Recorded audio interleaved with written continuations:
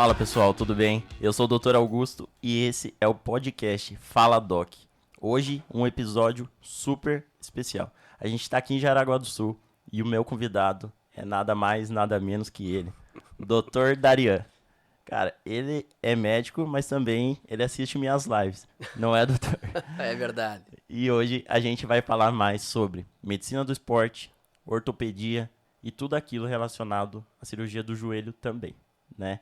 O Dr. Darian, ele é chefe do departamento médico do Jaraguá Futsal. Ele fez residência em ortopedia em Passo Fundo, no Rio Grande do Sul. Cirurgia do joelho no Hospital do Coração, HCOR, São Paulo. Medicina esportiva pela Unifesp, São Paulo. E é pós-graduando em mecânica do exercício. É isso, doutor. Boa noite. Muito bem-vindo. É um prazer ter o senhor aqui. Boa noite, Augusto. Eu que agradeço o convite.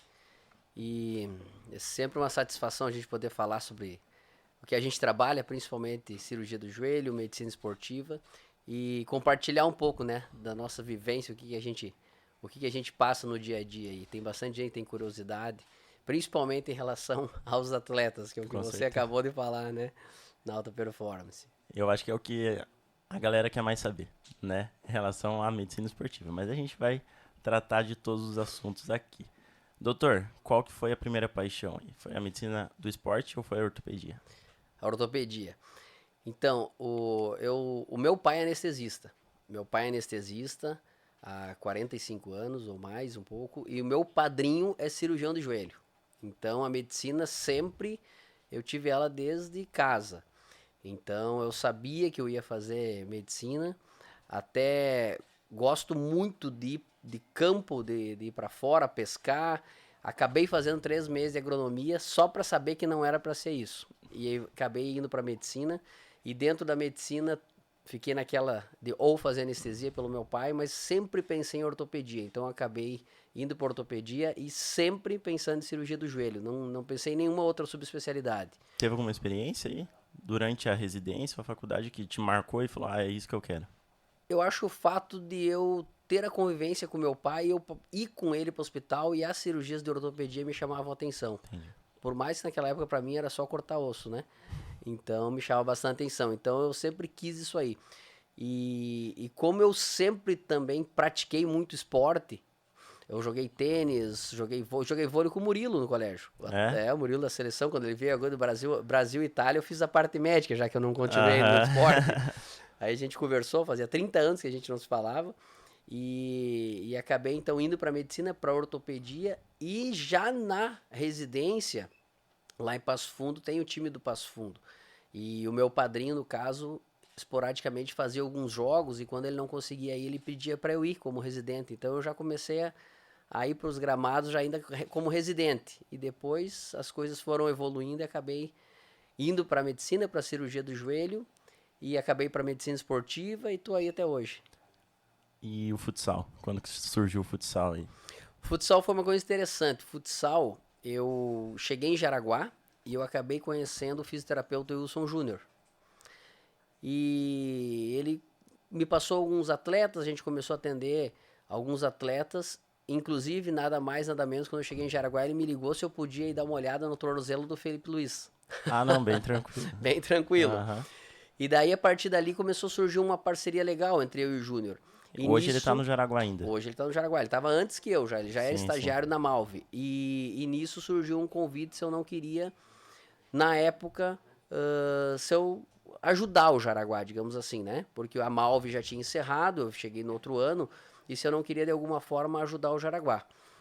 E ajudar seria fazer uns atendimentos quando necessário, ir a alguns jogos quando necessário, e eu prontamente abracei, comecei a conhecer o pessoal, comecei a fazer os atendimentos e só evoluiu, né? E hoje a gente formou um departamento médico, coisa que veio no decorrer desses 12 anos, não tinha um departamento médico. Então hoje a gente tem um departamento extremamente consolidado, um departamento bom, com o Wilson Júnior na fisioterapia, com nada mais nada menos que o João Romano, 18 anos de seleção brasileira, como nosso preparador físico. Então é um ícone, é um cara que se a gente tem hoje o condicionamento físico que a gente tem no futsal Jaraguá, sem lesão muscular, com quase sempre todos os atletas disponíveis para o técnico, é graças à reabilitação do Júnior, a preparação do João Romano, e também temos o João Junques como nosso massoterapeuta. Então, formou uma equipe bacana no departamento médico, tanto que hoje a gente se torna referência, né? No Brasil inteiro. A gente tem atletas do Brasil inteiro. Até conversei contigo que vai ter o clássico do Jack, né, Sim. contra nós. Mas se eu te falar que eu tenho alguns pacientes operados do Jack... Eu vi no Instagram, pra te falar bem a verdade. Então, assim, eu me dou super bem com os dois clubes, Sim. sabe? E o Leco foi um cara que acabou fazendo essa ponta, porque o Leco jogou muito tempo no Jack e eu atendi ele aqui. Então, acabou tendo essa relação Seleção bacana. brasileira também.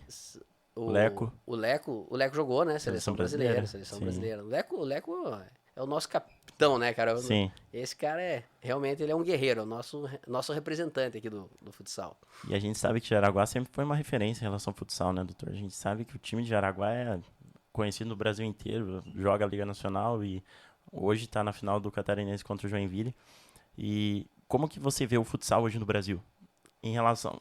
A gente talvez não possa comparar ao futebol de campo, né, pela a extensão, né, dos esportes, mas como que você vê hoje o futsal no nosso país, como que está sendo esses últimos anos em relação ao investimento, em relação a crescimento? Então, tu sabe que essa tua pergunta é bem interessante, porque assim, a minha primeira vivência, né, foi no futebol de campo. E eu sempre gostei do futebol de campo. Eu acabei vindo pro futsal em Jaraguá do Sul. Então, eu sou gaúcho, sou de Passo Fundo, torcedor do Inter, né, sou colorado. E quando eu fui para São Paulo, a oportunidade que eu tive de ficar 1 ano e meio lá no Agacor, eu fiquei 1 ano e meio fazendo cirurgia do joelho com o consultor médico de São Paulo na época, que era o Dr. René Jorge Abdala. Então eu tive a oportunidade de eu conviver, atender e presenciar todo o time do São Paulo durante 1 ano e meio. Então, Rogério Ceni, o Zete já estava aposentado, mas passava com a gente. Ricardo Oliveira, tive o prazer de estar na cirurgia do Ricardo Oliveira, fazer o acompanhamento do Ricardo Oliveira. Do Bosco, tenho camisa do Bosco de presente, Alex Silva, Fernandinho, toda essa galera aí passava conosco. Então, quando eu vim para Jaraguá do Sul, o futsal realmente era algo bem diferente, né? Quanto tempo faz, doutor? 12 anos. 12 anos. 12 anos. Então a gente conseguia ver realmente essa diferença do futebol de campo que tu falou pro futsal, onde assim, o clube de Série A que eu tava lá eram salários altíssimos, né? Eram atletas que ganhavam muito bem, o CT do São Paulo é algo assim impressionante, é muito bacana mesmo. E daí a gente veio pra cá e o futsal é uma pegada diferente, é uma Sim. coisa mais batalhada. Tu vê assim que existe uma união muito grande para conseguir fazer com que o futsal cresça. Hoje, nós estávamos falando do Leco, agora o Leco era o presidente de uma comissão de futsal justamente para isso, para incentivar o futsal a melhorar salários, a melhorar patrocínios, a crescer o futsal no país. E eu acredito que isso vem se tornando uma realidade aos poucos, mas vem. A gente está vendo hoje que muitos atletas querem ficar no futsal e eles mesmos estão se unindo justamente para conseguir melhorar essas condições, tanto financeiras quanto estruturais, né, dentro do futsal. E está se tornando isso cada vez mais forte. Que a gente vê que o Brasil, na verdade, mundialmente é uma força no futsal, né? A gente sabe que a seleção brasileira tem várias conquistas já associadas na história. E um pouquinho do que o senhor falou em relação à mecânica do jogo. A gente sabe que o futsal é um jogo muito mais rápido, muito mais ágil, a habilidade tem que ser maior. Então, muitos atletas até tentam ir para o campo, como aconteceu até com o Falcão, né? Sim. Mas não tem o mesmo sucesso. Exatamente. Na verdade, não chega nem perto do sucesso que eles conseguem no futsal pela dinâmica do jogo. Exatamente. E o estímulo disso, lá quando criança, né? Porque muitos até começam no futsal, né, doutor? A grande Ronaldinho maioria. Gaúcho começou no futsal e depois foi pro Grêmio lá. Ronaldinho, Neymar, todos eles começaram, porque o futsal é como tu falou, é uma quadra mais curta, então o drible é mais curto, né? É muita rotação, é muito giro, é muita frenagem, então o desgaste físico é muito maior. Então é por isso que essa adaptação do futebol do salão pro campo é mais difícil, né? Hoje diminuiu a incidência de jogadores que realmente começam no futsal ou ainda hoje começam muitos jogadores no futsal? Geralmente, existe ainda, geralmente na fase de criança, eles acabam jogando os dois. Eu vejo bastante moleque assim que joga o futsal e o campo. Então fazem a mescla. Isso é interessante, porque eles já começam a ter habilidade nos dois terrenos, né? Sim, Tanto na grama quanto no salão. E depois ele vai optar por onde ele achar que ele tem maior desenvoltura. certo. E o senhor vê hoje, em relação à preparação que a gente fala, o atleta ele já tem que chegar. Da onde vem esse atleta pro Jaraguá, por exemplo? Ele vem de um clube amador de futsal, ele vem de um olheiro, ele vem. Da onde chega esse atleta? Geralmente o atleta ele já vem, né, de outro clube profissionalizado. Porém, tivemos casos de paciente que vieram da várzea. Certo. Teve um caso, um paciente de um atleta que veio da várzea e inclusive ele jogou um tempo conosco, rompeu o cruzado, aí eu operei ele e para minha felicidade, felicidade dele, foi o goleador do Catarinense do ano passado com após cirurgia, né? Hoje está jogando na Europa, mas foi um caso de um paciente de um atleta que veio do amador. Do amador. Tem alguns casos assim, mas hoje a grande maioria dos atletas são contratações já de outros clubes. Por ser um clube de elite, né? Na verdade, já traz de outros clubes profissionais, né? Sim. Sim, com certeza. E o estímulo aí desses clubes, os quais são profissionais, mas não são de elite. Como que acontece aqui na região, por exemplo? Existe algum clube que desempenha esse papel de trazer esses atletas para o Jaraguá? Ou eles vêm de longe? Acabam Eles vindo de vêm longe? geralmente assim, de longe, né? Eles não têm assim, como é que eu vou te dizer? Geralmente tem o pessoal da equipe do Jaraguá que vai fazer a busca, principalmente daquelas posições que a gente mais precisa. Uhum. Mas não quer dizer que ele venha daqui ou venha de perto ou de longe. Tanto que muitos vêm, às vezes, da Europa para jogar aqui de volta, né? Sim, Volta pro Brasil. E quando eles falam Jaraguá, querendo ou não, é uma camisa de peso. sim, com certeza. Então, eu acredito que, se não todo, a grande maioria dos atletas, eu acho que gostaria de passar um dia pela camisa do Jaraguá, porque passou o Falcão aqui, né? Com certeza. Um ícone, né? É, Com esse. certeza. E aquela foto com o Falcão lá no Instagram? O que aconteceu? Então, aquilo lá foi interessante, porque o Falcão, quando eu vim pra cá, o Falcão já não tava mais no time, né? E eu tava descendo de um congresso no Rio de Janeiro. Eu tava descendo aqui em Joinville, o avião pousou, eu liguei o telefone, isso era um domingo já, final da tarde e início da noite.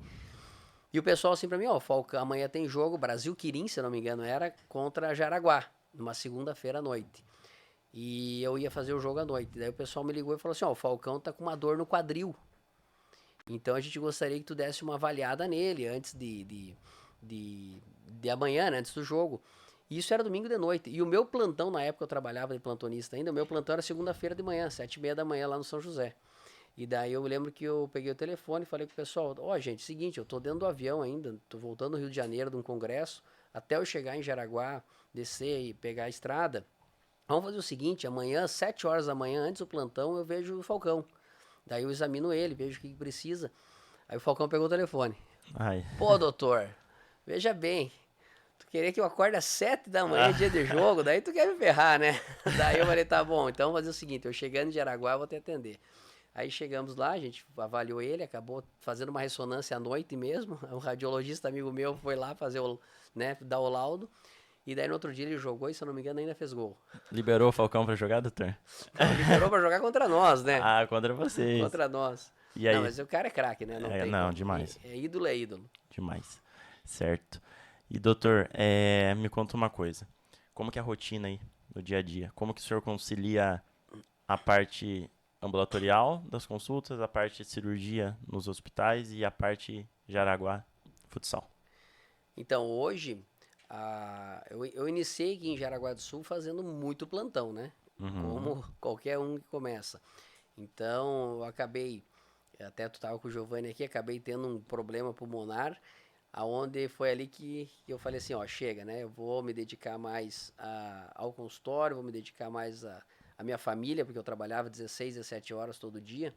E ali foi um sinal que eu tinha né, Uhum. que largar o plantão e viver mais o consultório. E hoje, eu divido muito bem o consultório entre consultório e cirurgias. Hoje a grande maioria do meu período eu trabalho dentro do consultório e respondendo já bastante pessoas, eu não atendo, a grande maioria dos meus pacientes não são atletas, né, de alta performance. Isso é uma minoria, isso eu atendo muito dentro do esporte e outros atletas que me procuram para isso. Mas a grande maioria dos pacientes são pacientes amadores, pacientes que vivem, né, sem ter o ganho do esporte. E cirurgias eu faço bastante hoje também. A gente prioriza 99% hoje só cirurgia do joelho. Então, logo que eu cheguei aqui, eu fazia bastante coisa. Hoje eu priorizo aquilo que eu tenho a subespecialidade. Então é difícil operar alguma coisa que não é do joelho, se não for e o paciente quiser a minha presença, eu chamo um colega especialista para ele operar, ou se não, eu encaminho para o colega. Mas hoje o meu foco é cirurgia do joelho e é o que eu mais faço. E o futsal hoje, a gente tem os jogos sempre, né? Os jogos da Liga, os jogos, agora tivemos a Copa Sul, então eu participo de todos os jogos, faço toda a assistência que eles precisam de consulta, exames de imagem. A gente tem alguns parceiros que realizam ressonância, ultrassom para a gente. E a gente consegue, através disso aí, dividir bem o tempo entre trabalho, jogos, família E e vamos podcast. administrando, e podcast. Certo. Doutor, e uma dúvida também em relação à rotina aí no futsal. Nos treinamentos, o médico ele não está presente ou existem outros membros da comissão médica aí que ficam presentes no treinamento? Por No exemplo. treinamento, quem fica presente, o preparador físico e algumas vezes o fisioterapeuta também fica presente, né? Se alguma intercorrência, te chamam. Isso. Se tiver alguma intercorrência. Dificilmente nos treinos tem alguma intercorrência. Agora a gente teve realmente uma intercorrência até importante, né? Mas daí a gente tem toda uma assessoria, a gente consegue dar um suporte. Sempre que preciso, eles entram em contato conosco, porque como os treinos são muito em horários comerciais, para nós que temos consultório no horário comercial, acaba ficando difícil de acompanhar o treino. Mas a gente tem um grupo, né, do departamento médico, então tudo que é definido não é uma decisão do médico. Então, assim, eu não sou o dono da palavra. Existe sempre uma conversa entre eu, o fisioterapeuta, o preparador físico, para a gente levar para a comissão uma palavra do departamento. Então é bem bacana isso mesmo, porque assim, nunca tivemos um conflito dentro do departamento médico em 12 anos, porque existe esse diálogo e a gente confia muito um no outro. Então, eu e o Júnior estamos há 12 anos juntos, né? O João Romano entrou um pouco depois, o João entrou um pouco depois, então geralmente o preparador acaba saindo. Já trabalhamos com o Mauro Sandri, hoje o Mauro tá, tá no Magnus, gente finíssima, um grande amigo. E é sempre esse conceito, quem entra ali sabe que o departamento funciona dessa forma e nunca tivemos problema. E a diretoria acredita muito naquilo que a gente fala, Sim, sabe? com certeza. Então, assim, eles não ficam questionando. A nossa palavra é a nossa palavra, então vale. é o que vale. A gente pensar que são profissionais qualificados e de renome, né? E ainda assim tendo uma visão multi, né? Em relação às funções que cada um desempenha ali. Então, fazendo essa conversa, avaliação em conjunto, a gente vê que para um atleta de alto nível, qual a gente, querendo ou não, precisa ter um olhar um pouco diferenciado em relação ao atleta, né? Que não apresenta, né, uma necessidade de sempre estar em alto nível, é muito importante, né? É uma avaliação mais detalhada, né, doutor? Assim, ó, eu não conheço, embora eu goste de futebol, eu não conheço muitos departamentos médicos, praticamente assim, de campo. Eu conheço, me dou bem, meu amigo é o Márcio Tanuri. O Tanuri é o médico do Flamengo. Então, conversando muito com o Tanuri, a gente trouxe muita coisa do Flamengo para cá, né? No sentido do departamento médico, de como tratar, como conduzir. Então, esse conceito de ser multidisciplinar, eu acho que é o que mais faz com que a gente tenha sucesso no nosso departamento médico. E isso não sou eu, Daria, que está falando. Isso são atletas, né, que vão para outros clubes e quando tem alguma lesão, eles nos procuram e vêm para cá. Vêm para cá operar conosco, reabilitar com o Júnior. Então isso é gratificante, isso é bacana. E eles mesmos falam, pô, a gente indica os nossos colegas para vir para cá justamente por já ter passado, já saber como vocês trabalham e saber que a grande maioria dos pacientes que saem aqui de vocês saem em alta performance, eles saem voltando O Neto, nosso camisa 10, Sim. goleador, operamos o cruzado. O João Neto, nosso goleiro, que tá voando também. Então, assim, o João Neto é um cara que sempre agradece. Ele sai e fala, pô, por quê? Porque, assim, a gente vive junto com eles a frustração da lesão. Sim, com O certeza. João Neto, se eu não me engano, ele foi convocado para a seleção e rompeu o cruzado. Então não é só uma lesão. Tu foi convocado para a seleção e tu não vai por causa de uma lesão que vai te tirar ainda quase um ano. Então, assim, se tu não tiver junto com o paciente ali, se tu não tiver junto com o atleta, ele vai acabar afundando junto. Então, Com assim, certeza. toda a comissão vem junto com ele. E a gente não teve um paciente nosso, assim, do futsal que operou e que não voltou em alta performance, voltou bem, mas justamente por esse trabalho multidisciplinar, né? Realmente tá Então, junto assim, ali, né? eu falo para eles assim, ó, o tratamento, falo pro meu paciente, Sim. o teu tratamento inicial cirúrgico começa na cirurgia. Eu tenho que fazer uma cirurgia bem feita em você, mas você tem que ter a obrigação de você fazer uma fisioterapia bem feita, de você seguir os protocolos, de você fazer o tratamento e você ser o responsável disso. E eu vou te acompanhando, que se tiver alguma coisa fora do prumo, a gente vai alinhar. Para 9, 10 meses você está voltando de um cruzado anterior. Até o pessoal melhora antes, né? 6 meses, 7 meses, e o pessoal, pô, não posso voltar. E daí eu brinco, cara, a Marta voltou com 11 meses, né? Então, hoje é 9, 10 meses um cruzado anterior. Então, Até isso que eu ia perguntar, em relação à aderência do atleta de alto nível, me parece que esse atleta, na verdade, a maioria, se não todos, eles acabam sempre sendo orientados e obedecendo isso como uma fonte de absoluta certeza ali do tratamento, né? Porque a gente não vê um atleta que, pelo menos não parece pra gente, né, que tá do lado de fora, um atleta que postergou aí a volta por causa de não seguir as orientações médicas. Isso de não, alto nível, né, que a gente diz. o que acontece o paciente é diferente o paciente de alto nível do paciente de consultório. Então, assim, ó, o que acontece? Eu entendo o paciente de consultório muito bem. Por exemplo, às vezes eu opero um paciente de consultório e falo assim, Daria, eu tenho que voltar a trabalhar. Eu entendo perfeitamente ele. O que vai acontecer? Vai atrasar a recuperação dele? Depende do trabalho dele, vai atrasar. Mas ele não vive do Não joelho. vi. Entendeu? O ganha-pão dele não é o joelho. Então, eu tenho essa flexibilidade. Tu não pode ser 100% cético. Tu tem que saber, tu tem que entender o paciente que tu tá. Tu tem que viver junto com ele. Eu vou dizer pra ele, não, tu não vai trabalhar. O cara vai dizer, tá, mas eu vou viver do quê? Então, tu tem que ter. O atleta é diferente. O atleta, ele vive do esporte. Então, ele vai tirar aquele tempo para ele reabilitar da melhor forma possível. Por quê? Porque ele quer voltar da melhor forma possível.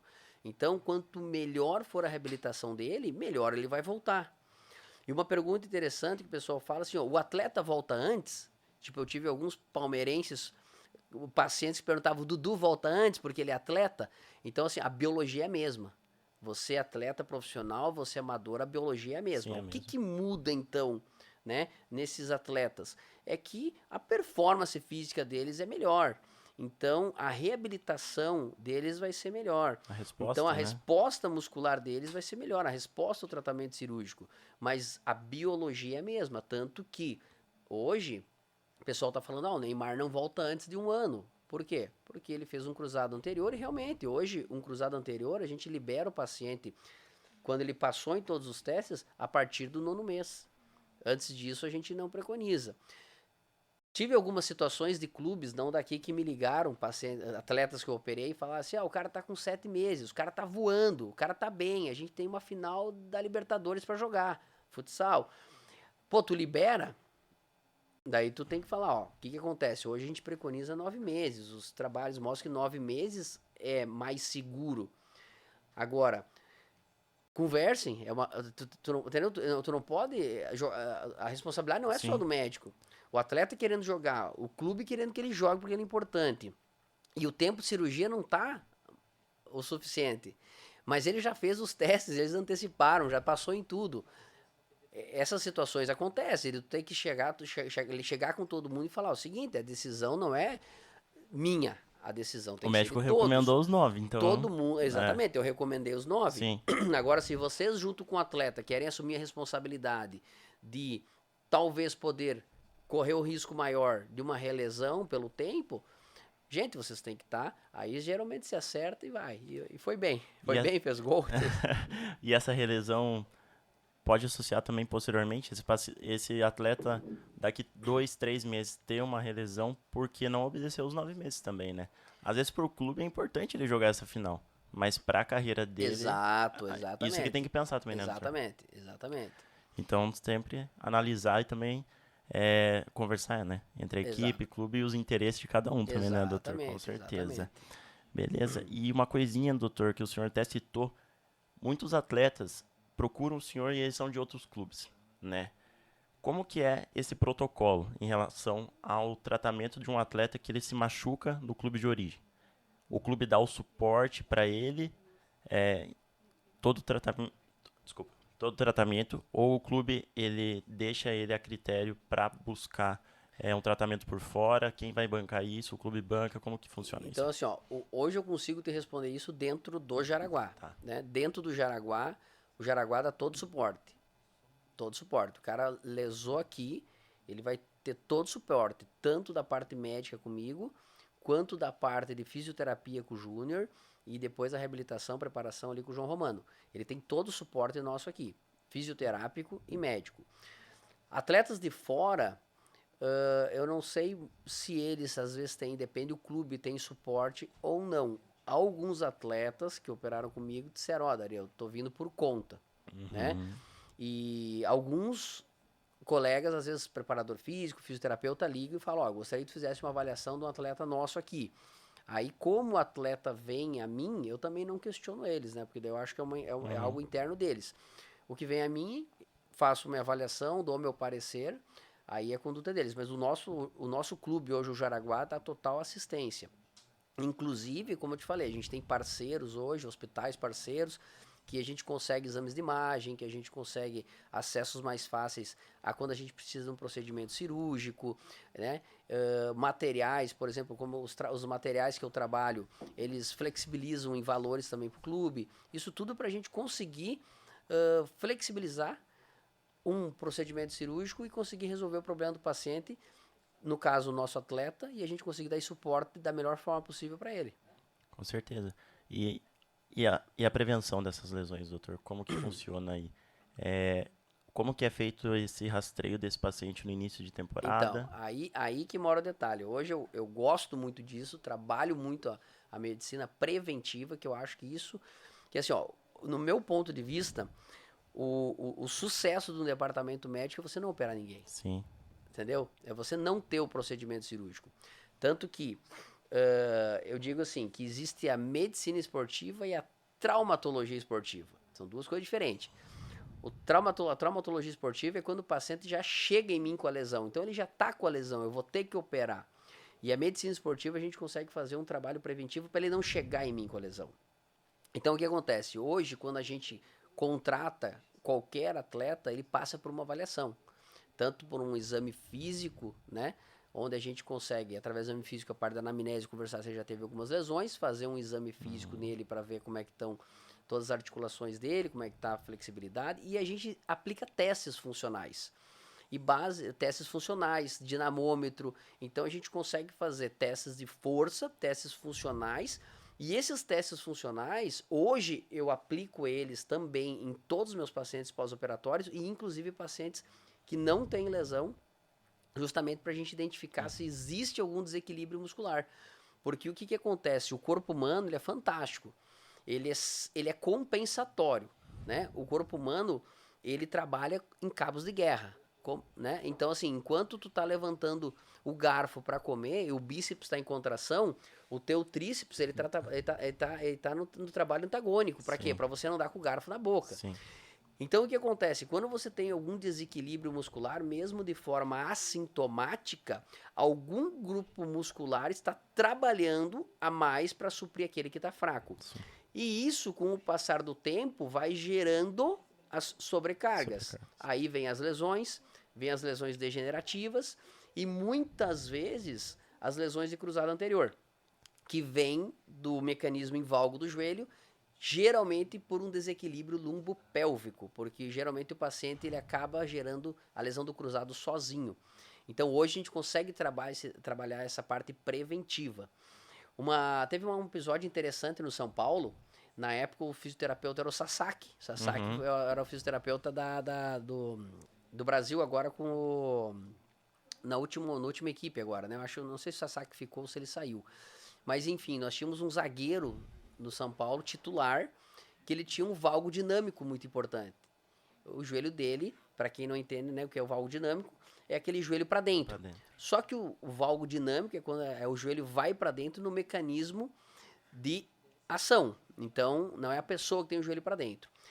E esse atleta, ele tinha o joelho para dentro sempre que ele aterrissava. E daí, um cara de 1,80 m, zagueiro, aterrissar, que salta 50 bolas num treino, mais um jogo, o que ia acontecer? A probabilidade de nós ter uma lesão nesse cara, que ainda estava assintomática, era muito grande. Então, o que aconteceu? O fisioterapeuta, conversando com o técnico, conversando com o falou assim, cara, vamos tirar ele um período e trabalhar isso aqui para nós não perder ele durante o ano. Mas daí é uma coisa interessante, chegar pro técnico e tirar, vamos tirar um zagueiro de 8 milhões, porque a gente quer treinar ele antes que ele não tá sentindo nada. Ele não tá sentindo nada, entendeu? Daqui a pouco pode acontecer, né? Pode acontecer. E lá no São Paulo nós conseguimos fazer através de software pra gente calcular os dias. Então a gente botava, né, o software, fazia a mensuração, ele saltava e a gente conseguia fazer a mensuração do valgo dele. Aí a gente fez um trabalho de recuperação, mesmo ele não tendo dor, melhorando a performance dele e voltando pro jogo com uma maior segurança. Não, legal. Até a tecnologia para a área do esporte hoje é fundamental, né? A parte da prevenção, muito mais que o tratamento, muitas vezes aí se torna uma parte muito mais otimizada, né? Exato. E pro clube, igual o senhor brincou lá, de 8 milhões. Pro clube, às vezes, é muito mais barato tirar esse cara agora, né?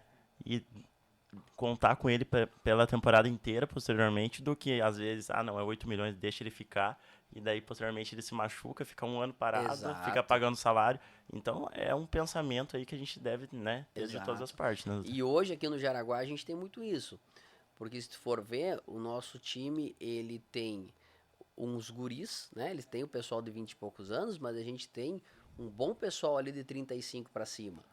E esses caras, ninguém deles está fora por lesão muscular. E isso é um trabalho que se dá muito, né, pelo João Romano. O João monitoriza eles, o que tu imaginar, desde frenagem, quilômetro, arranque, pique que eles dão, tudo. Então, o que é interessante? Depois que ele termina o jogo, a gente consegue saber quem que a gente tem que trabalhar mais no outro dia e quem que a gente tem que trabalhar menos, para compensar e sempre o grupo tá homogêneo. Isso Até que é te bacana. perguntar isso, tem trabalho específico para cada jogador, né, de acordo com uma análise individual e o trabalho coletivo. Como que você distribui isso no dia a dia aí, doutor? O dia a dia, quem faz mais isso é o João Romano, né? Então, assim, o João que acaba fazendo essa parte mais prática de qual trabalho vai fazer com qual atleta. Mas existe um específico para cada um. Existem específicos, principalmente quando eles estão com algum tipo de desequilíbrio, né, muscular. Mas existem trabalhos que faz mais um, faz mais outro e existe o trabalho coletivo. Então, a gente consegue identificar, como eu te falei, através dos testes.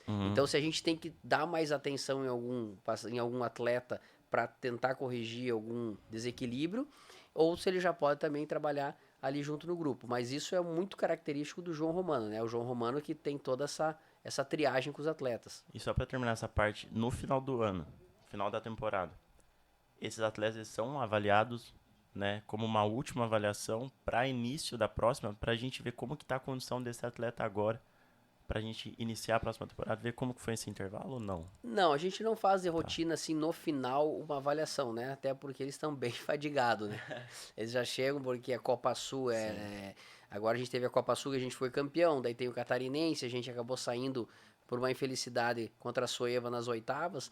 Mas é muito puxado, né, o campeonato, é muito jogo. Então, chega no final, realmente eles estão cansados. O que a gente pede para eles é que eles não simplesmente abandonem tudo, que eles mantenham pelo menos uma academia, um condicionamento físico, porque você parando 3 a 4 semanas de treinar, você começa a descondicionar. Então, o legal é tu manter pelo menos um treino constante, leve, para você não parar 100% e você voltar em janeiro, não na tua baixa, né, mas já de uma forma ali mais fácil da gente corrigir a performance. E o maior risco de lesão é quando ele volta ou o final de temporada? Então, nos dois. Final de temporada por ele estar bastante fadigado. Sim. E no início de temporada, às vezes, porque a performance não tá tão boa. Não tem como, em dados, a gente ter esse parâmetro? O João teria esses dados. É, Eu não sei te responder de cabeça. tá bom. E qual que é a lesão mais comum? Eu te pergunto, mas eu já imagino, né? Qual seria a lesão mais comum ao atleta do futsal, por exemplo? Que o senhor mais tem, o que o senhor mais trata aí? Disparado. Hoje, disparado, Disparado. é o cruzado. Cruzado, né? Lesão de cruzado. Certo. Acho que é legal o senhor explicar pro pessoal de casa quais seriam o mecanismo do joelho, né? Como que se dá esse mecanismo? Qual que é a função do joelho em relação a suporte, né? De tudo aquilo que gera uma sobrecarga no joelho. E também quais são os ligamentos aí que estão relacionados. Então, o joelho, ele é como tu falou, uma articulação de carga, né? Extremamente importante. E é uma articulação que a gente tem que cuidar muito. Principalmente com reforço muscular e principalmente da cintura lumbopélvica. Eu brinco no consultório, falo para meus pacientes assim, ó, pensa que treinar glúteo, treinar o core é a fundação do teu prédio. Por quê? Porque quando você fala na articulação do joelho, ela tem tudo a ver com a cintura lumbopélvica. O desequilíbrio lumbopélvico ele gera uma sobrecarga importante no joelho. E essas sobrecargas muitas vezes começam a gerar os processos degenerativos. Potencializam as lesões, tanto de menisco quanto de cruzado, fratura por estresse, tá? Os principais ligamentos hoje do joelho são 4. É o colateral medial, colateral lateral, cruzado posterior e o mais famoso deles, o cruzado anterior, que ficou agora ainda mais famoso pela lesão do Neymar. E o mecanismo de lesão do cruzado é um mecanismo comum que o paciente machuca sozinho geralmente, que é um valgismo do joelho, ele faz uma rotação externa da tíbia e ele cai com o joelho para dentro. Ele sente aquele estalo, em algumas vezes o joelho fica edemaciado, algumas vezes, mas menos não. E o que é o grande detalhe da lesão de cruzado? Que o paciente bota um gelo, toma um anti-inflamatório, alguém orienta ele na quadra que ele tem que fazer repouso por uns dias e aquela dor, aquele edema desaparece. E o paciente ali por umas 6 a 8 semanas, o joelho dele voltou ao normal e ele tenta jogar novamente. E quando ele tenta jogar novamente, ele acaba tirando o joelho do lugar de novo, que é a subluxação que a gente chama. E isso acaba gerando outras lesões que talvez ele não tenha feito na primeira lesão, que são lesões de cartilagem, lesões meniscais. Então, quanto mais ele ficar com esse joelho frouxo, no caso, instável, ele vai acabando gerando lesões irreversíveis.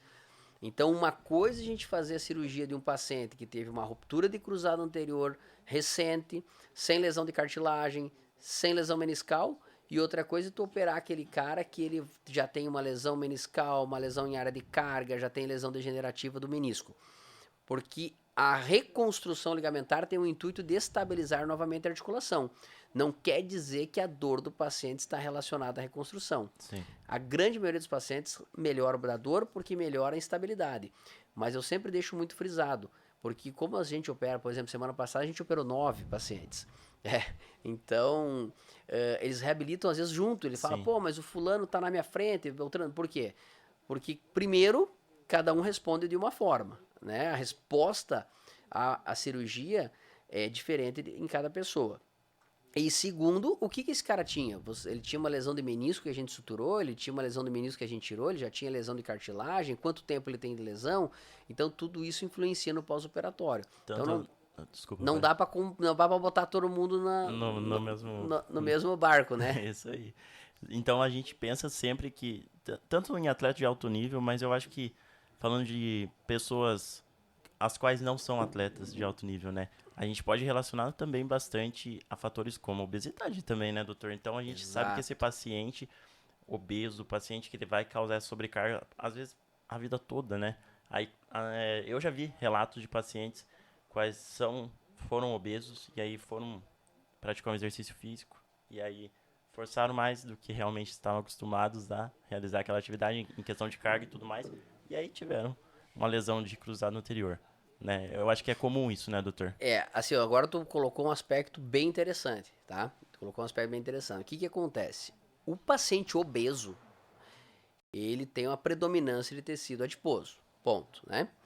E esse cara, quando fala em emagrecer, ele geralmente vai praticar alguma coisa para ele fazer o famoso emagrecimento. E o que acontece?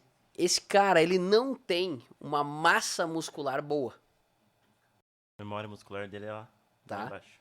E a massa muscular dele é péssima. Então o que acontece? Eu atendo muito esse cara, por quê? Porque ele fala assim, pô, Daria, eu quis emagrecer, aí eu fui jogar bola, ou eu fui correr, ou eu fui caminhar, e a minha dor no joelho veio de vez. Falando em sobrecarga, o que aconteceu? Ele não tinha uma estrutura muscular para aquilo ali. E quando você fala em emagrecimento, ao contrário do que esses pacientes pensam, esse cara tem que ir para musculação. Sim. Ele tem que ir para musculação. Por quê? Porque ele tem que melhorar a massa magra dele. É a massa magra dele que vai aumentar a taxa metabólica basal dele, que vai fazer com que ele emagreça, o que é diferente dele perder peso na balança. E geralmente esse paciente que ele é obeso, ele começa a fazer uma atividade, ele emagrece, na cabeça dele, ele emagrece 5, 6 quilos, e na real ele desidratou. Sim, Ele com perdeu líquido, não perdeu nada de gordura, tá? Só que daí ele para, ele trava, ele começa a querer fazer mais e mais e ele joga sobrecarga em cima do joelho. Daí ele começa a ter lesões condrais, lesões meniscais. E ele não emagrece, que é o grande objetivo dele.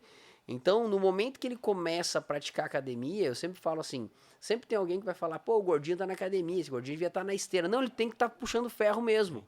Por quê? Porque o puxar ferro ali, que vai estimular a fibra muscular dele a aumentar. Isso que a gente não tá falando, né? Que eu acho extremamente a gente passar essa informação pro pessoal, que eu sou um cara, quem passa em consulta comigo, fala que eu mando todo mundo fazer exercício contra-resistido. Porque a musculatura em contração, além dela gerar hipertrofia, aumentar o metabolismo basal, favorecer com isso o emagrecimento, a contração, o músculo em contração, ele libera uma substância chamada miocina, né? É uma substância natural, a gente brinca assim, é um remédio de graça que o corpo disponibiliza para nós, só que ele só disponibiliza através da contração da musculatura. O músculo em si não libera isso aí. E essa substância ela é anti-inflamatória. E o gordinho, a gordura ela é inflamatória. Então ele já é um pró-inflamado. Então quando você faz a contração muscular, que é o exercício dentro da academia, você liberando essas miocinas, você melhora essa inflamação, você melhora a parte cognitiva do paciente, cardíaca do paciente, além também de você melhorar o processo inflamatório de doenças autoimunes, de as artrites derivadas desse processo inflamatório, algumas doenças reumatológicas. Por quê? Porque a contração, liberando essas miocinas, elas vão agir como um todo. Então o cara só vai ter benefício. Ele só vai ter benefício fazendo exercício contra-resistido. Mas qual é o problema das pessoas? Que elas querem Elas pegar muita... não querem fazer. Ou elas fazem e pegam muita carga no início. Como se fosse assim, elas se animam demais no início e aí acabam fazendo as lesões por causa disso, né, doutor? Exatamente. Ou vem com fratura por estresse, o que também é muito comum. Os pacientes, como tu falou, começam a fazer uma atividade física, fica empolgado com a atividade. Pô, comecei a correr, é esse o detalhe. Daria, eu comecei a correr, 5 km. Eu falei, tá, mas tu já corre? Não, nunca corri. Aí o cara começa com dor no joelho, faz uma ressonância, fratura por estresse bilateral, uma fratura mecânica por sobrecarga. Pelo menos 3 meses sem carga. Então, assim, o cara começou com sede ao pote, começou de uma forma não apropriada e acabou se machucando. Então, eu digo assim, se puder sempre iniciar um treinamento, faz uma avaliação física, é importantíssimo. Nutrição é outra coisa importante. Porque, olha que interessante, se tu fizer um bom treino de musculação, tu for lá e treinou bem, você quer o que no teu pós-treino? Ah, eu quero hipertrofiar. O que vai definir se tu quer hipertrofiar ou se tu quer definir a tua fibra é a alimentação que tu vai comer. Com certeza. Então, uma estratégia nutricional pós-treino, ela é fundamental. Só que aquele negócio de eu quero ganhar massa e quero perder gordura. Não. O anabolismo ele vai ser tanto muscular quanto do tecido gorduroso. Lógico, em proporções diferentes, porque você vai estar comendo, né, alimentos que vão te proporcionar isso. E depois que você tiver uma boa musculação, tu pode dar uma esfoliada nesse paciente. Aí sim, tu pode fazer o treino, tira o carboidrato dele, bota um aminoácido essencial, tu vai manter a lipólise de queima de gordura e tu vai esfoliar o cara, vai definir, vai trincar o cara. Mas para isso tem que ter músculo. Sim. E para ter músculo tem que fazer academia, tem que fazer musculação. Então isso é um grande problema hoje que eu vejo no consultório, que os pacientes chegam, infelizmente, na faixa dos 65, 60 anos, com dificuldade de levantar de uma cadeira, Sim. entendeu? Ah, Daria, eu não consigo descer uma escada, o meu joelho tá frouxo. Falei, como que o joelho tá frouxo? Não, meu joelho falseia. Eu tenho falseios do joelho na escada. Aí tu vai examinar o paciente, não tem instabilidade nenhuma. Mas o falseio vem da onde? Da perda de massa muscular, principalmente de quadríceps, cintura lumbopélvica. E esse paciente, na hora de que precisa da contração involuntária do quadríceps para segurar o corpo, não tem. Aí ele tem aquela sensação de falsear o joelho. E para isso eu falo para ele, só tem um remédio. Fazer exercício, fazer musculação. Fazer musculação. E daí os caras, mas e se eu tomar um suplemento, se eu tomar isso, se eu fizer aquilo? Não tem. Quer ter qualidade de vida? Quer envelhecer com qualidade? Musculação e alongamento. Musculação e alongamento. Palavra-chave. E ó, vou te falar, doutor, achei sensacional, até tava pensando aqui, né? Achei sensacional, na verdade, quem conseguiu perceber essa volta que você acabou dando aí em todo aquele processo, o qual muitas vezes a gente vê que as pessoas acham que é simples, né? É só consumir uma proteína depois do treino, é só consumir o carboidrato. Não é bem assim. A gente começa lá na quantidade de calorias que o teu corpo já precisa para funcionar, né? Exatamente. Então, começou a fazer a musculação, teu corpo vai necessitar de mais calorias para sobrevivência, você já vai ter um gasto maior, né? E a gente sabe que para perder peso precisa gastar mais do que ganhar, né? Isso não tem segredo, né? Não existe um milagre em relação a isso.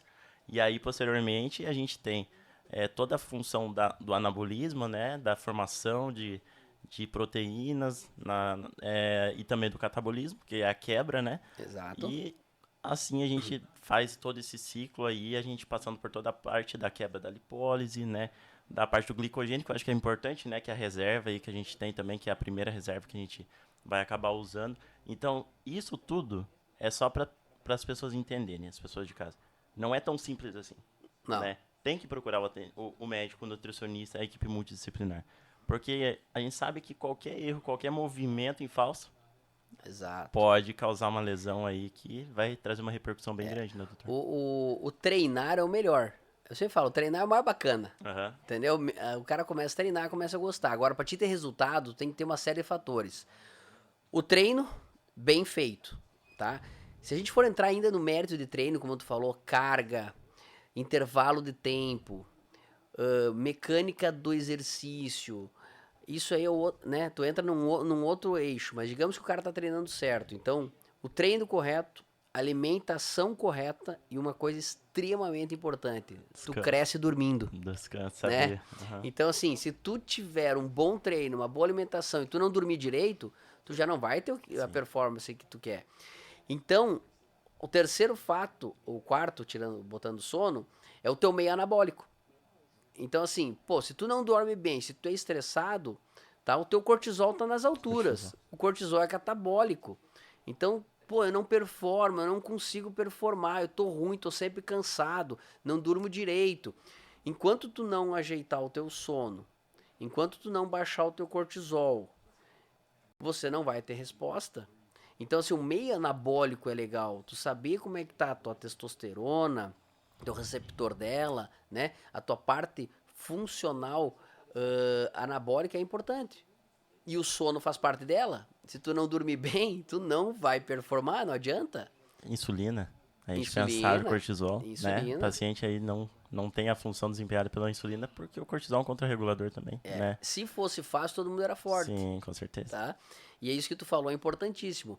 O metabolismo, a gente está falando aqui taxa metabólica basal, mas talvez para o pessoal entender, a taxa metabólica basal é a energia que a gente precisa para a gente sobreviver durante um dia. Então, se eu sentar no sofá, ligar a televisão e ficar o dia inteiro no sofá, eu vou gastar um número de calorias para o meu organismo se manter vivo, manter a temperatura, né? Me manter com a frequência cardíaca.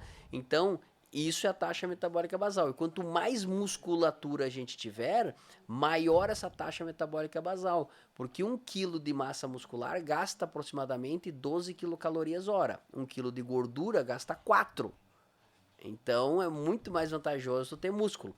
Além de quanto mais músculo você tiver, maior é o teu estoque de glicogênio, que é essa energia que tu falou, né? A moeda de energia que a gente tem aí para produzir o ATP, que é realmente a nossa moeda de energia, que a gente vai produzir os movimentos. Por isso que a gente pensa até que atleta de alto nível, a taxa que ele consome diariamente de calorias, o Michael Phelps consome É 10 muito mil alta, calorias. é muito alta. Daí eu sou um paciente que, um atleta, eu consumo o quê? 3, 4 mil calorias. Exato. Para ele é muito mais vantajoso consumir as 10 porque o corpo dele, né, a taxa metabólica basal dele é muito maior, né, e ele tem um gasto também maior durante o dia. O cara treina o dia inteiro. Eu não. Eu fico aqui no podcast. E por que o pessoal fala o seguinte? Pô, mas quando eu tinha 20 anos, a minha taxa metabólica basal era boa, né? Meu metabolismo era rápido. Eu comia e já emagrecia. Agora não. Após ali os 30, 35 anos, a gente vai perdendo 1% de massa muscular por ano, se a gente não fizer exercício contrarresistido. E se a gente vai perdendo músculo, e o músculo é responsável por manter uma taxa metabólica basal alta, o que quer dizer? Que se tu dos 30 aos 60 não fez nada, tu vai estar hipotrófica, que é sem massa muscular boa, então você não vai estar só tendo a falta de proteção nas tuas articulações, mas sim você vai estar tendo esse gasto, né, energético baixo. E a musculatura, agora voltando também um pouco para é que eu não, a gente, é um assunto que não tem como, né? É tudo junto isso aqui. Não, é tudo junto. Então, assim, a taxa metabólica basal alta, musculatura alta, proteção das articulações. Eu consigo hoje, pacientes que chegam com gonartrose, que é a artrose do joelho, através de uma boa atividade física, favorecendo o ganho de massa muscular, melhorar muito a dor desse paciente. Tu entende? Então, assim, eu tenho exemplo em casa. Meu pai tem 74 anos, anestesista, já fez meniscectomia, ou seja, tirou já uma parte do menisco. Então, ele tem osso batendo no osso, mas há 40 anos ele faz exercício físico. Ele joga tênis 3 vezes por semana, ele é anestesista, trabalha, viaja para cima e para baixo, o cognitivo dele é excelente, tá? E qual é a briga que eu tenho com ele? Que ele não joga campeonato de tênis. Por quê? Ele joga bem, ele vai para as finais, e esse é um grande detalhe. Se ele jogar uma partida 3 vezes por semana em dias intercalados, é diferente dele jogar 3 partidas sexta, sábado e domingo.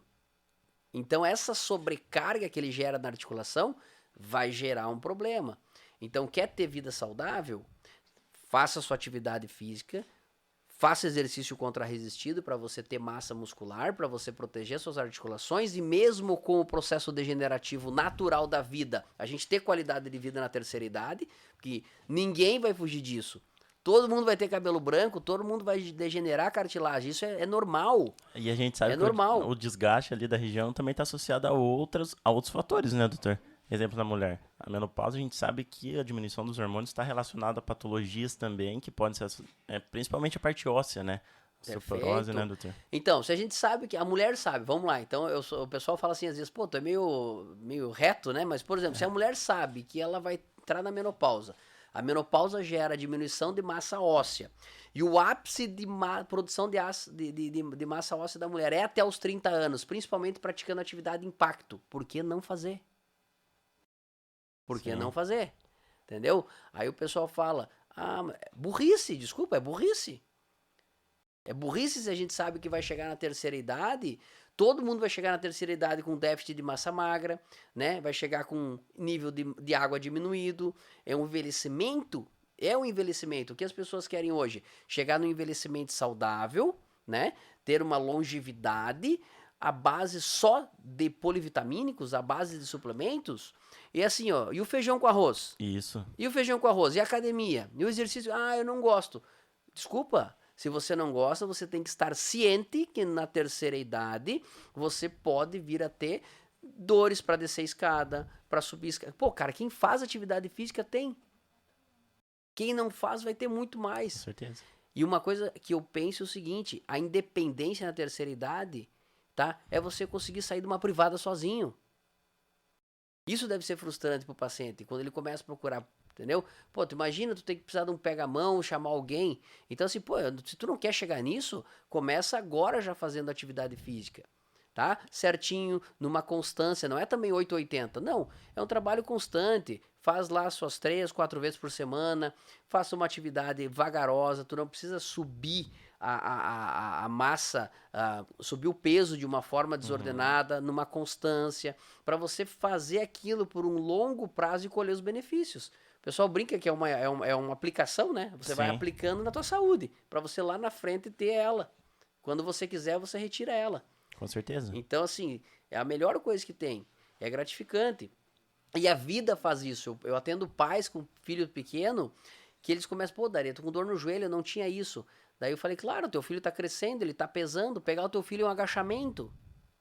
É um agachamento pegar a criança, ela vai crescendo de peso, né? Se tu não tem um condicionamento físico bacana, tu vai ter dor no joelho, tu vai ter dor na coluna. É igual a lombociatalgia, que chega muito, pelo menos pra mim, no pronto atendimento, né? Que a gente sabe, é uma dor lombar ali relacionada ao movimento. Ah, fui pegar uma sobrecarga, puxei a criança, por exemplo, pegou minha lombar.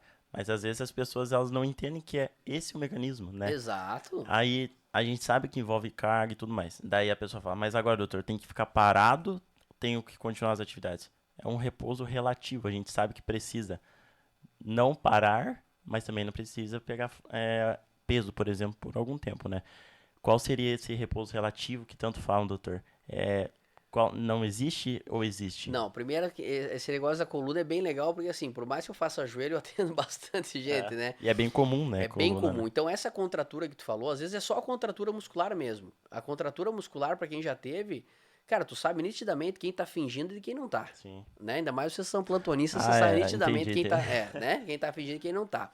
A contratura muscular da lombar, ela dói, dói mesmo. Então, Sim. assim, se você tá com uma contratura, você tá com uma lombociatalgia, primeira coisa que você faz é você amenizar o quadro clínico do paciente. Então, neste momento, não é o momento de você fazer qualquer tipo de atividade física. E uma coisa que eu particularmente não gosto nesse momento também é massagem. Porque você vai começar a agredir, você vai esquentar uma musculatura, agredir ela mecanicamente, que depois que ela esfriar, ela vai piorar. Então, eu faço repouso, eu peço ao paciente fazer calor local, né? Uso anti-inflamatório, analgésicos, relaxantes musculares, até ele sair da fase aguda. Saiu da fase aguda? Beleza.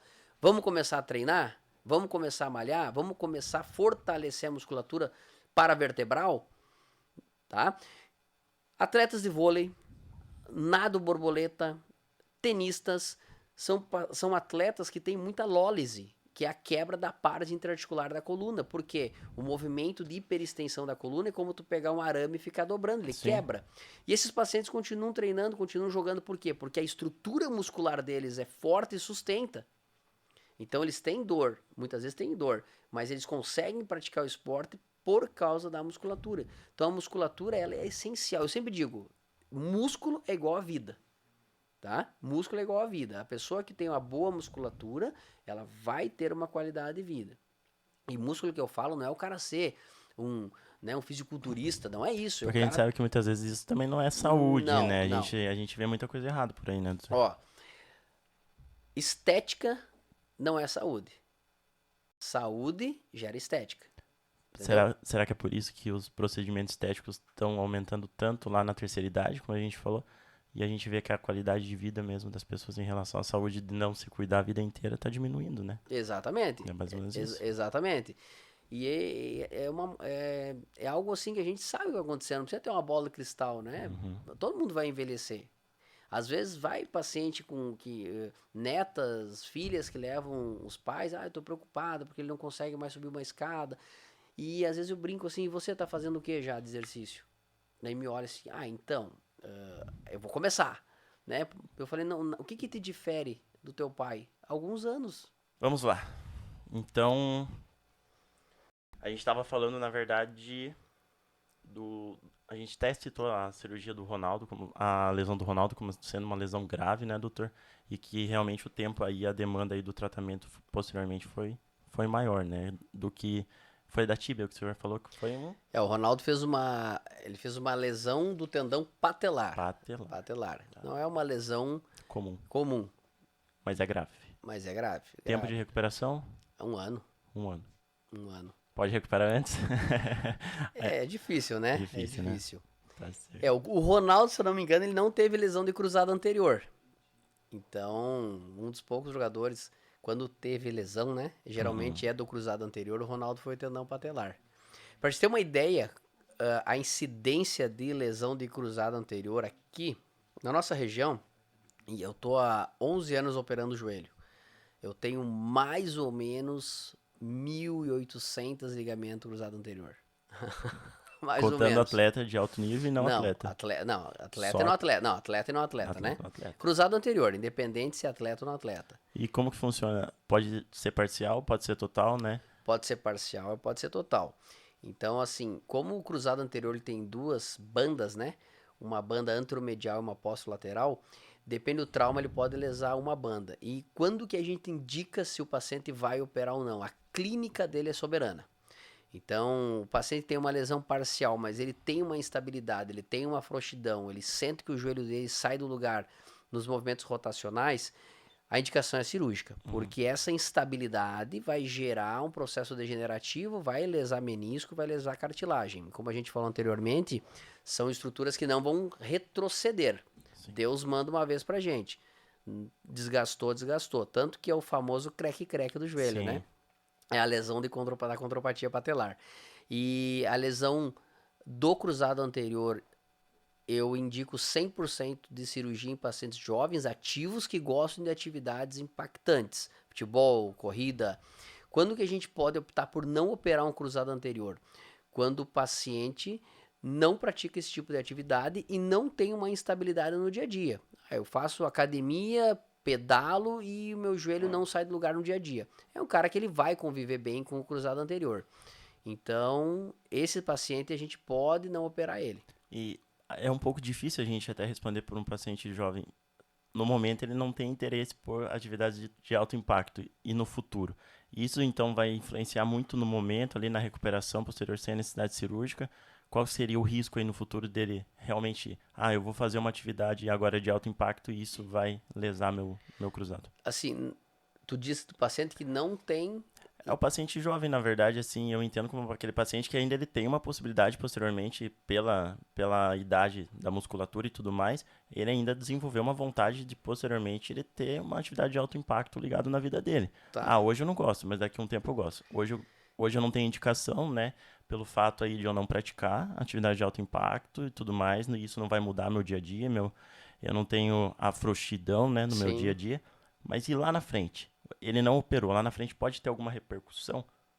Isso ou Se não? ele continuar não praticando atividade de impacto, tá? Ele vai ter um joelho bom. Então ele fica limitado, Ele fica basicamente. limitado. É esse o detalhe. Sim. O cara que realmente não faz atividade de impacto, beleza, ele vai bem. Mas aquele paciente, vou voltar a jogar uma bolinha com meus amigos depois de 10 anos. Opera. Opera porque o teu joelho vai sair do lugar. Uhum. Ele vai subluxar, tá?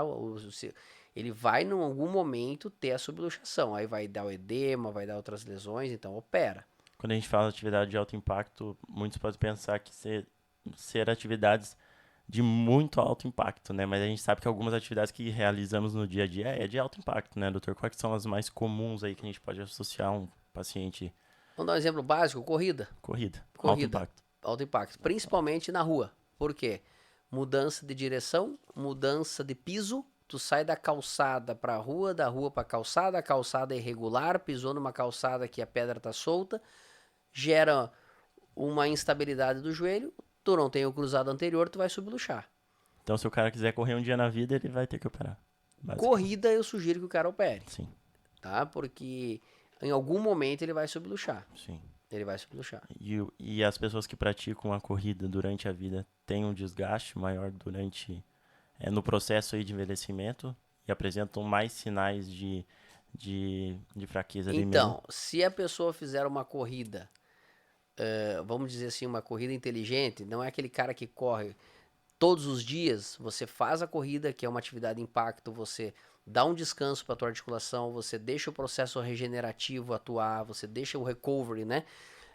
E você fizer de uma forma coordenada, você vai ter uma boa qualidade de vida. O problema é o quê? O problema é que as pessoas muitas vezes querem praticar as atividades, querem praticar num dia corrida, no outro dia o futebol, no outro dia...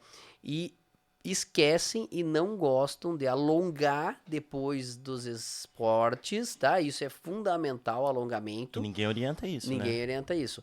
Uma coisa bacana até de alongamento, uma pergunta que me perguntam, antes ou depois do treino? Pois é. Cara, isso é bem comum, tá? Então o que acontece?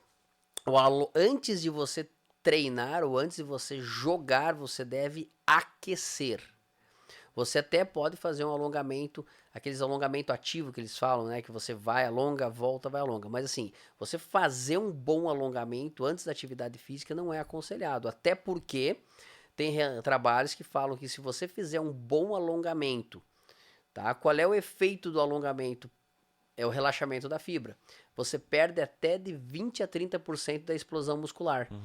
Então, se você fizer um bom alongamento e você for jogar um futebol, você vai perder explosão. Então, você aquece bem. Na academia, você aquece na máquina que você vai fazer. Aquece o movimento que você vai fazer, vai trabalhando, executando o movimento e vai colocando depois carga. E os esportes a mesma coisa. Terminou um bom alongamento, que é o momento que você vai alongar a fibra e essa fibra alongada, ela vai relaxar depois. E as inserções musculares que estão os tendões também vão relaxar, tirando a carga da tua articulação. Então, alongamento é fundamental. E a grande maioria dos pacientes que tem dor na região anterior do joelho é por falta de alongamento. Até ia falar melhor até posteriormente aí o quadro ser paciente no outro dia No até. outro dia. No outro No outro dia. dia. No Você outro dia. tira aquela sobrecarga que causa durante o exercício físico, por exemplo, né? Exato. E como a gente estava conversando que o corpo humano ele é compensatório, o que acontece? Muitas vezes o paciente começa a fazer, a pessoa normal, ela começa a viver. Ela sobe e desce escada, aí ela vai fazer uma academia, ela faz um agachamento, aí daí ela faz uma caminhada.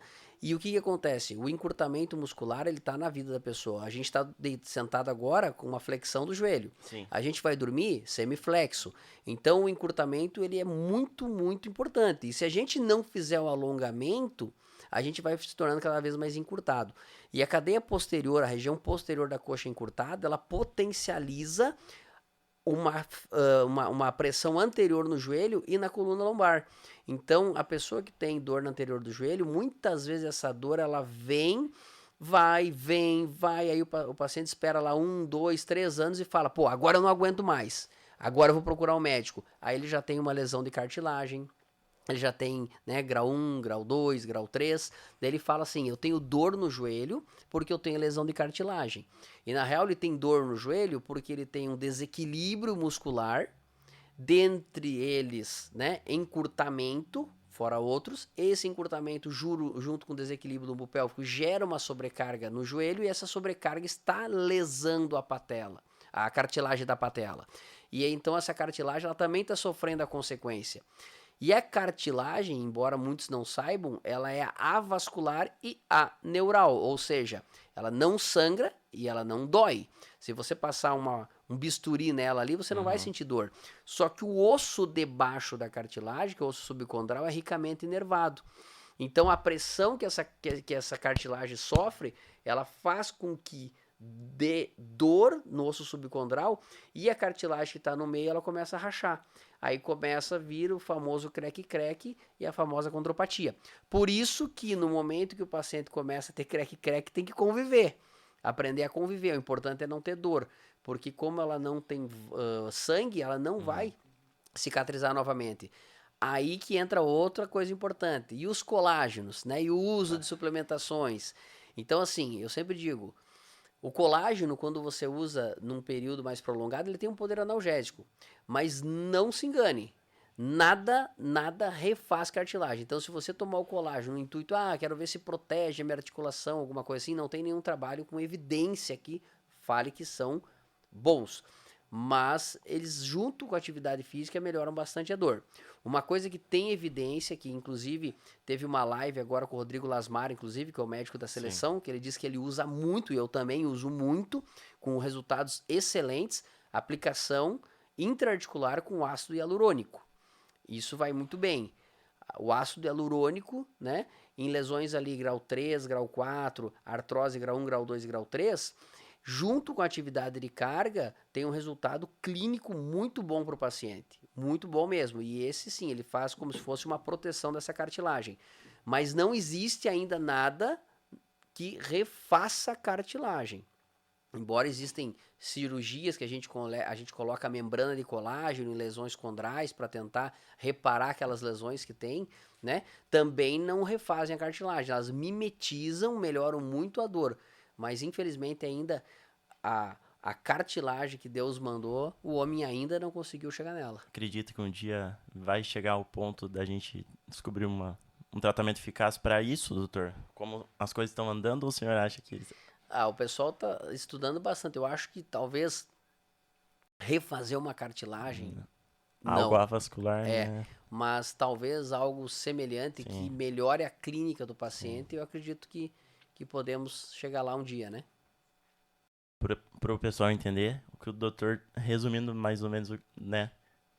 O que o doutor falou é o seguinte: a gente é dependente de várias estruturas, né, doutor? E essas Exato. estruturas são dependentes uma das outras, né? Seja no joelho, né? Seja em qualquer outra articulação. E, resumindo, se você não tiver um hábito de vida, o qual você tenha bons, né, hábitos de vida aí durante todo a sua infância, adolescência, parte adulta, você vai chegar na terceira idade e você vai ter problema. Exatamente. Então, assim, é uma pecinha que liga na outra e se realmente você não se cuidar, se você for resistente, você vai acabar tendo problema. E isso é inevitável. É inevitável. Inevitável. A idade vai chegar e os fatores fisiológicos ligados à idade vão chegar e associado a isso, né, você vai ter inúmeras comorbidades associadas e inúmeros problemas também relacionados ao hábito de vida qual você não teve. Exatamente.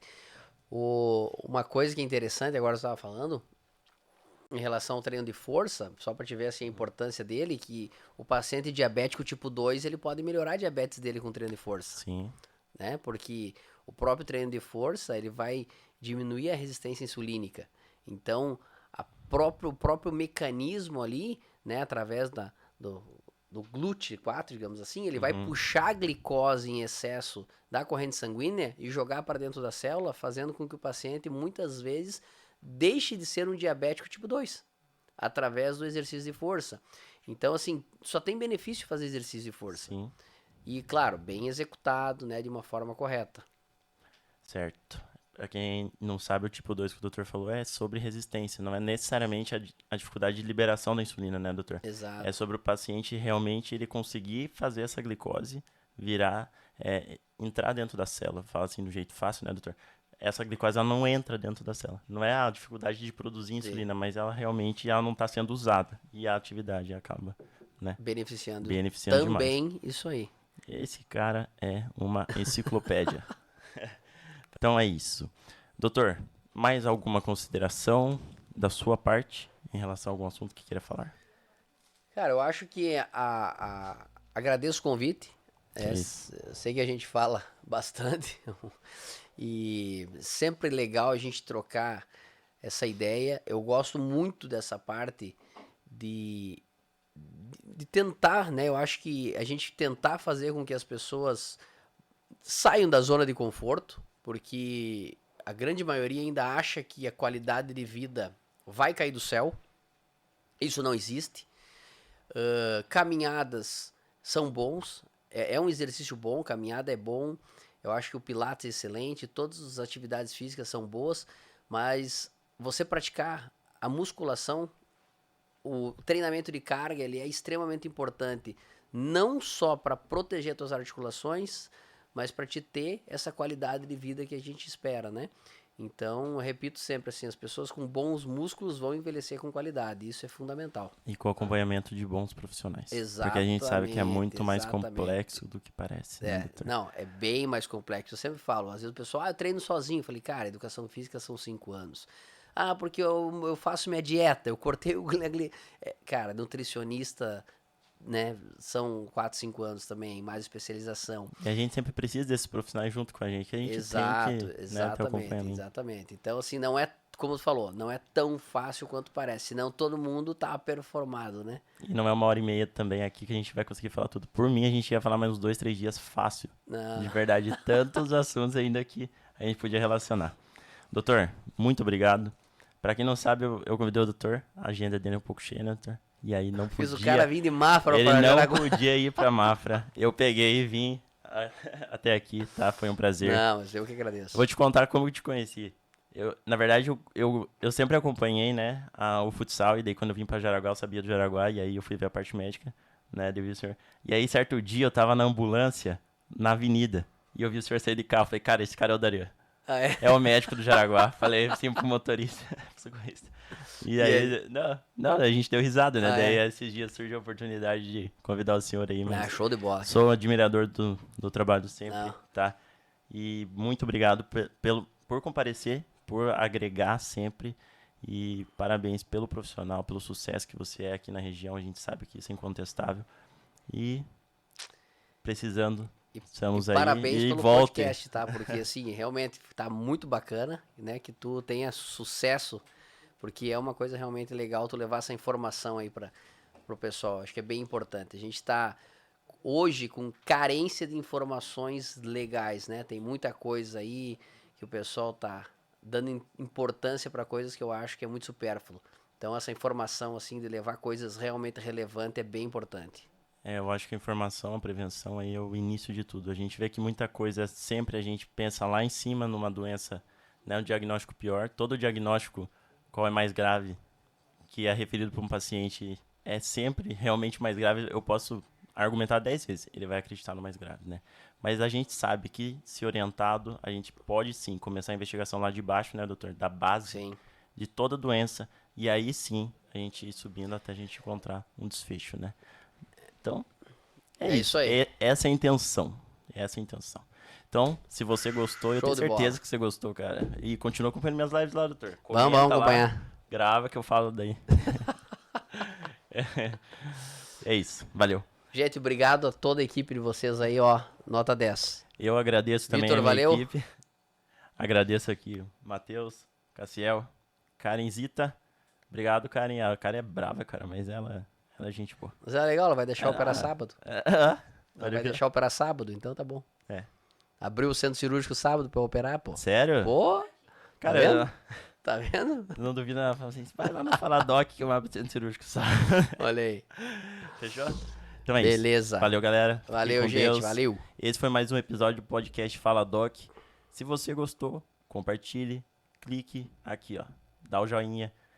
Mande para os amigos, para mãe, pai e vó, que estão aí nos fatores de risco. E tamo junto. Esse é o Dr. Augusto. E esse foi mais um episódio do Fala Doc com o Dr. Daria. Valeu. Valeu, gente. Valeu. Valeu.